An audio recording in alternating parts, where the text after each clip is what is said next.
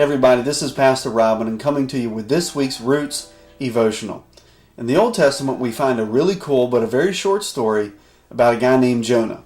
Now Jonah was called to go to a city named Nineveh, but Jonah didn't want to go. You see, this city Nineveh, it was full of wickedness, it was full of sin, and Jonah was a little bit too holy for that. And we know as kids growing up in Sunday school, many of us have heard as children the story of Jonah and how he tried to run from God and he found himself in the belly of a well, which was the only place God could get his attention. Now, the story of Jonah goes a lot further than that. And so in chapter 3, it takes a really cool turn. God gives Jonah a second chance. He tells Jonah, look, hey, go back to the city of Nineveh and do what you were called to do.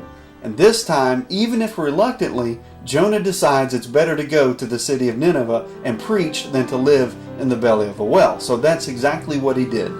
He gets there, he starts preaching, and he says, hey, look, in 40 days, the city's going to be destroyed because of your sin, because of your wickedness. And the news spread all over the city. In fact, it got so far, it caught the attention of the king. And so the king's response was really cool.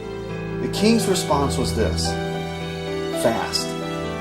Let's fast. Don't eat, don't drink, don't do anything but seek God's mercy. Seek God's compassion. So this very wicked city, in a very short manner of time, began to fast and to pray.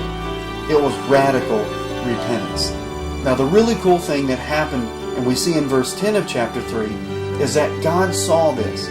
He saw them turn from their evil ways, and He had compassion on them. The month of January, the first 21 days of January, we are fasting.